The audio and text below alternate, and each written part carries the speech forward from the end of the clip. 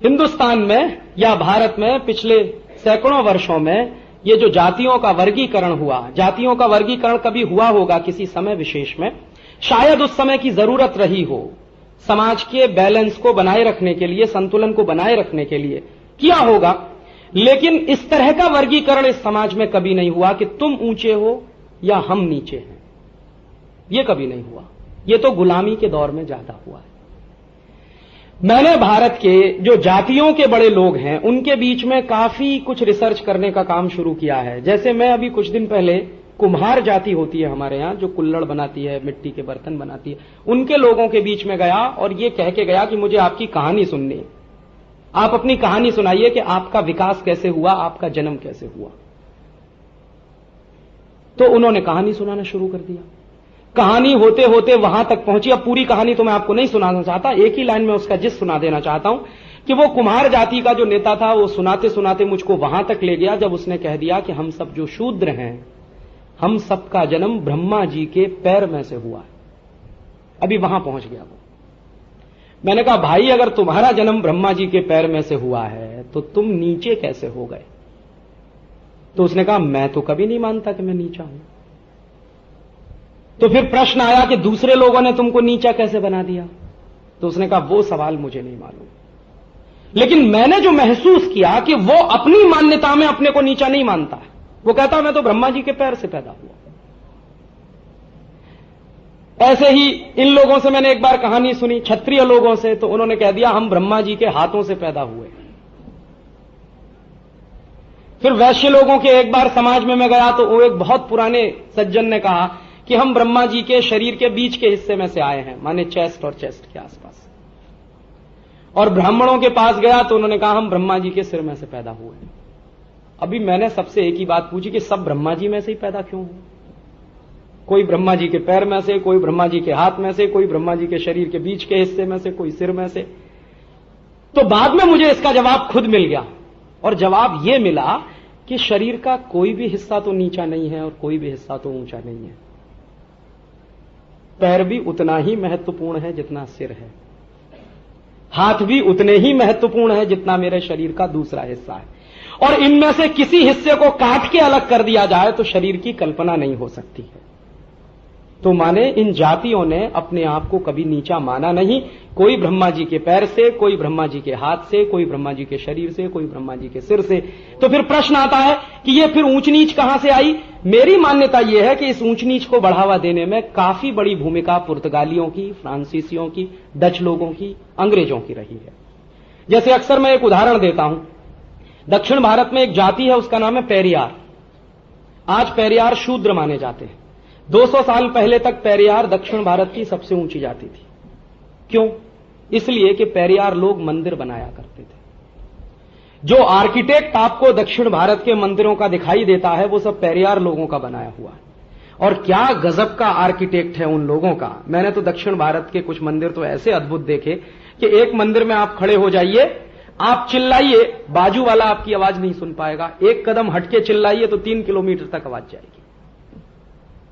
इतना गहरा आर्किटेक्ट इस देश में रहा जिन लोगों के पास, उनका नाम है पेरियार, तो वो नीचे कैसे हो सकते हैं? फिर पेरियारों की कहानी इकट्ठा करना मैंने शुरू किया। तो कहानी इकट्ठा करते करते एक दिन पता चला कि ये जाति तो 1850 तक मंदिर बनाती थी।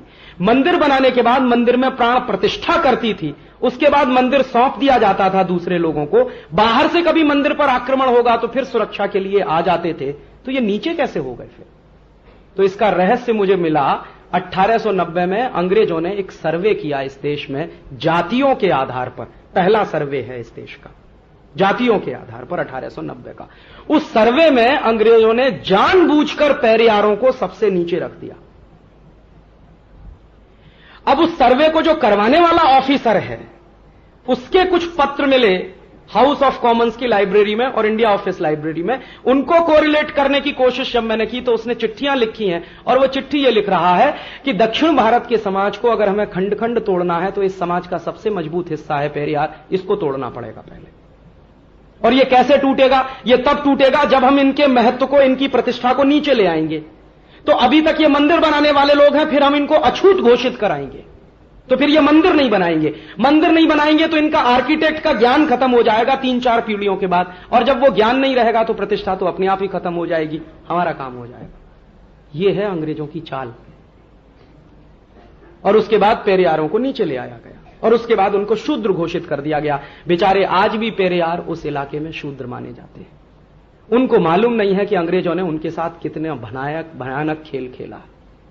यह हिस्सा हिंदुस्तान के तभी तमाम दूसरे लोगों का। तो अभी सभ्यता का नवीनीकरण कैसे करें हम?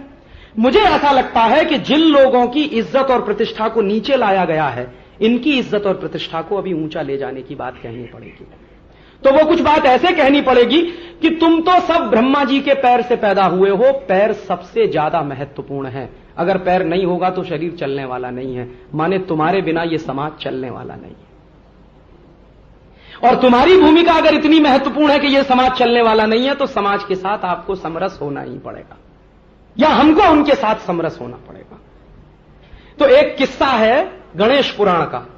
गणेश पुराण में शंकर जी उपदेश दे रहे हैं, कुछ ऋषि उनके साथ बैठे हुए सुन रहे हैं। हिंदुस्तान की माइथोलॉजी अगर समझनी हो तो ये जरूर पढ़ना चाहिए, गणेश पुराण। और ये कुछ मैंने पढ़ना शुरू किया।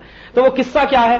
वो कह रहे हैं ब्रह्मा जी बैठे हैं, शंकर जी उपदेश दे रहे हैं, तो किसी ऋषि ने पूछ लिया है, शायद कोई ऋषि है, उनका नाम मैं बोल रहा हूं, कि आप आने वाले समय में आधुनिकता को कैसे परिभाषित करेंगे?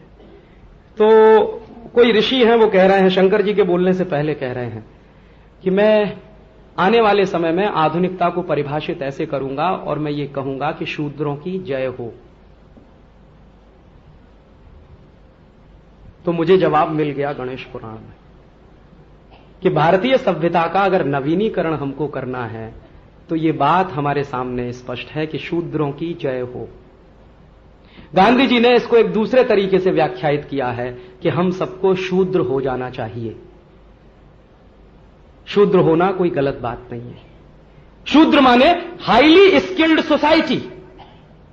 कुम्हार है, लोहार है, चर्मकार है, ये सब क्या है? इंजीनियर्स ही तो हैं।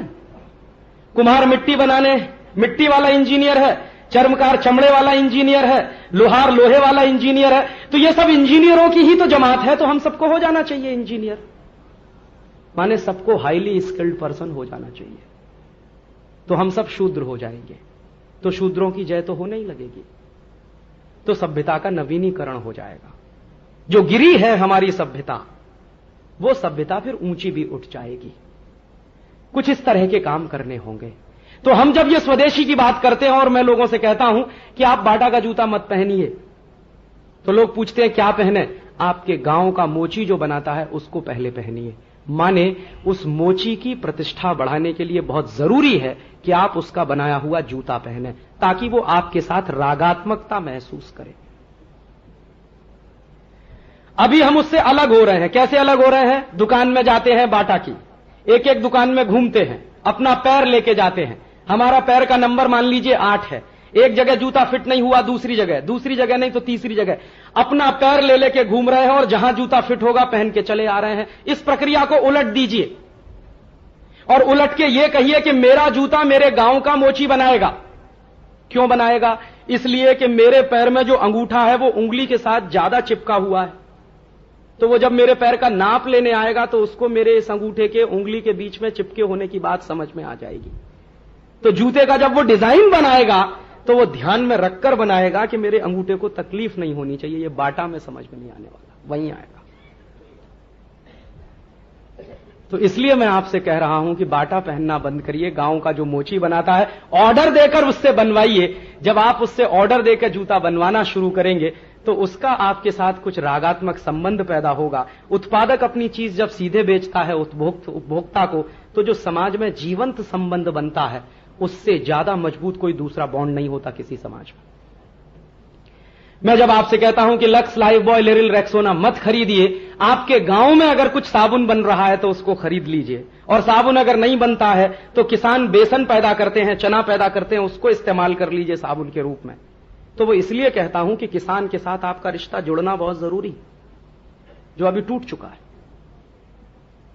मैं जब आपसे कह रहा हूं कि कॉलगेट, क्लोजअप, सिबाका, फॉरहंस मत खरीदिए, आप नीम का दातुन खरीद लीजिए और गांव के किसी आदमी को कहिए कि वो नीम का दातुन तोड़ के आपको देना शुरू करे, तो आपका उसके साथ रागात्मक संबंध बनना बहुत जरूरी है। दातून तो आएगा ही, पैसा भी आप देंगे, लेकिन आप और उसके बीच में जो संवाद पैदा होगा, वो संवाद एक मजबूत बॉन्ड बनेगा और समाज की शक्ति बनेगा।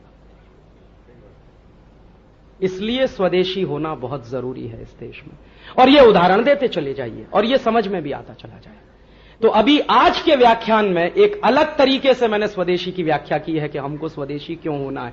अब तक आपने सुना होगा कि अमेरिका पैसा नहीं जाए, वो तो ठीक ही है, और आज का व्याख्यान सुन के आपको मैं कहना चाहता हूं कि अमेरिका पैसा जाए ना जाए इमैटीरियल है। मेरे समाज का बॉन्ड मजबूत होना चाहिए, गांव के मोची का जूता पहनकर। मेरे समाज की शक्ति बढ़नी चाहिए, गांव के आदमी से दातुन खरीदकर। मेरे समाज की शक्ति बढ़नी चाहिए, गांव के किसान का बेसन खरीदकर, दूध खरीदकर, ये खरीदकर, वो खरीदकर। इसलिए स्वदेशी की तलाश अपने पड़ोसी से शुरू करिए। जो आपके सबसे नजदीक बनता है वो सबसे पहले स्वदेशी। बड़े कारखानों में जो बनता है वो देशी। स्वदेशी, देशी और विदेशी तीनों की परिभाषाएं स्पष्ट करिए। निरमा स्वदेशी नहीं है, देशी है। गांव में बनता है अगर साबुन तो वो स्वदेशी है। प्रॉमिस स्वदेशी नहीं है, देशी है। नीम का दातुन मिलता है या दंतमंजन बनता है मेरे गांव में, वो स्वदेशी है। तो पहले तलाश करिए स्वदेशी की, ना मिले तो देशी पे जाइए, और परदेशी तो बिल्कुल नहीं, क्योंकि सभ्यता का नवीनीकरण करना है हमको, और भारतीय समाज को भारतीय बनाना है, यूरोपियन नहीं बनाना है। और तब इसमें देखिए कि ऐसे कौन कौन से माध्यम हैं जो आपको विदेशी बनाने में लगे हुए हैं। मैंने आपको कहा, एक तो शिक्षा, कॉन्वेंटियन एजुकेशन, उसका पूरा का पूरा क्यूरिकुलम। दूसरा, आधुनिकता का एहसास कराने वाले वो तमाम उपकरण जिनको आपने मान लिया है कि ये सभ्यता की निशानी है। वॉशिंग मशीन, टेलीविजन, या फिर रेफ्रिजरेटर, या फिर वगैरह वगैरह। तब आप पूछेंगे, राजीव भाई आप हमको आधुनिक नहीं बनने देना चाहते? मैं जरूर चाहता हूं कि आप आधुनिक बने, लेकिन आधुनिकता की परिभाषा बदलिए। यूरोपियन होना, अमेरिकन होना आधुनिक नहीं है। माने हम यूरोप जैसे हो जाएं, अमेरिका जैसे हो जाएं, ये आधुनिक होना नहीं है। हम भारत में रहते हुए आधुनिक कैसे बने, ये सोचने की कोशिश